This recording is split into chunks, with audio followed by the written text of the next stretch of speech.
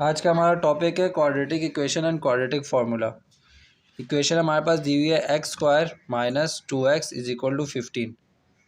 और quadratic equation का सबसे पहला जो निशानी है वो ये है कि इस इक्वेशन को मैच करती है वो A X square plus B X plus C. मतलब जो उसका पैटर्न होता है, एक्स जो है एक वेरिएबल जो है वो स्क्वायर वाला होता है, वही सेम वेरिएबल बिना स्क्वायर का होता है, और एक जो है वो कांस्टेंट वैल्यू होती है हमारे पास। सबसे पहले हम इक्वेशन मैनेज करते हैं, मतलब यहाँ +15 है तो इधर आके -15 हो जाएगा।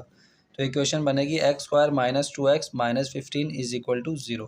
अब हमारे पास क्वाड्रेटिक फार्मूला है x is equal to minus b plus minus b square minus 4ac upon 2a। इसको हम कहते हैं क्वाड्रेटिक फार्मूला। अब जो इक्वेशन है उसमें एक्स स्क्वायर के साथ जो वैल्यू होती है वो a होती है। जिस तरह ये देखें, ये हमारे पास सिंपल इक्वेशन है A X square plus B X plus C. मतलब एक्स स्क्वायर के साथ जो वैल्यू है a है, तो यहाँ पे कुछ भी नहीं है, और जहाँ कुछ भी नहीं होता वहाँ 1 होता है। तो इसलिए a के साथ जो वैल्यू है वो 1 है। इसी तरह एक्स बी, मतलब जो x के साथ वैल्यू है वो b होगी, तो ये एक माइनस है और ये 2 है, तो b की वैल्यू जो होगी वो -2 होगी। और इसी तरह c की जो वैल्यू होती है वो आखिरी जो कांस्टेंट होता है वो, तो c की वैल्यू जो है वो -15 होगी। अब हम इसको क्वाड्रेटिक फार्मूले में पुट करेंगे, माइनस फार्मूले का, और फिर b की वैल्यू -2 है तो -2 पुट कर देंगे, प्लस माइनस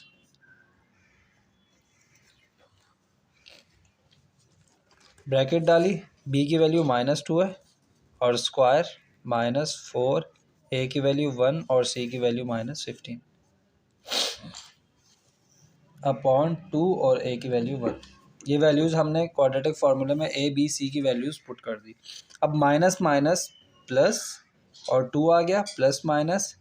इसी तरह 2 का स्क्वायर होता है 4, और देखें 2 का स्क्वायर करना है तो मतलब वैल्यू को 2 दफ़ा मल्टीप्लाई करना है। तो इसी तरह माइनस माइनस प्लस और 2 2 ज़ा 4।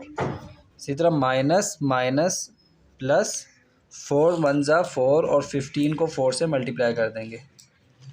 5 4 ज़ा 20, 0 2 पर कैरी, 4 1 ज़ा 4 और 2 6, तो 15 4 ज़ा कितना आ जाएगा हमारे पास 60, और 2 1 ज़ा 2।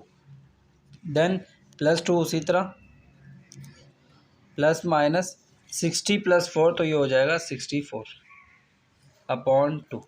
अब रूट है तो हमें देखना होता है कि 64 का रूट क्या है। ठीक है, इसके दो तरीके हैं, एलसीएम भी है, अगर आप इसका एलसीएम लेंगे तो 64 का रूट निकल आएगा। और एक दो तरीका वो ये है कि डायरेक्ट 8 का जो स्क्वायर होता है वो 64 होता है। तो हमने सबसे पहले क्या किया, हमने कहा हम एलसीएम ले लेते हैं। 2 3 ज़ा 6,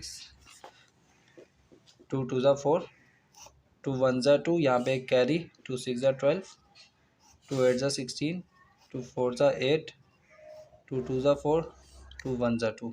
तो ये टोटल वैल्यूज़ हो गई 1 2 3 4 5 6। तो हमने 1 2 3 4 5 6 इसको लिख लिया। अब ब्रैकेट में पेयर्स बनते हैं, ये पेयर ये पेयर ये पेयर। ठीक है, तो जब ये पेयर्स बने तो ये 2 का स्क्वायर, ये 2 का स्क्वायर, ये 2 का स्क्वायर। अब हमेशा एक चीज़ याद रखें कि जो स्क्वायर होता है उससे रूट कैंसिल हो जाता है। तो इस स्क्वायर से रूट कैंसिल, इस स्क्वायर से रूट कैंसिल, इस स्क्वायर से रूट कैंसिल। ठीक है, उसकी वजह यह है कि जो रूट की वैल्यू होती है वो होती है, जिस तरह ये रूट है और ये किसी भी चीज़ का स्क्वायर है। अब रूट की वैल्यू होती है 1/2 और स्क्वायर होता है 2। अब जिस तरह किसी भी रूट के अंदर स्क्वायर है, जैसा मैं बोलूँ 2 का स्क्वायर और फिर रूट, तो ये होगा 2 का स्क्वायर और फिर ये जो रूट है इसकी वैल्यू 1/2। तो ये 2 से 2 कैंसिल होके फिर 2 बचता है। इसी वजह से स्क्वायर से रूट कैंसिल होता है, ये उसके पीछे लॉजिक होती है। तो अब यहाँ जाते हैं हम, स्क्वायर से रूट कैंसिल, स्क्वायर से रूट कैंसिल, स्क्वायर से रूट कैंसिल। तो यहाँ एक 2 बचा, एक 2 बचा, एक 2 बचा, 2 2 ज़ा 4, 4 2 ज़ा,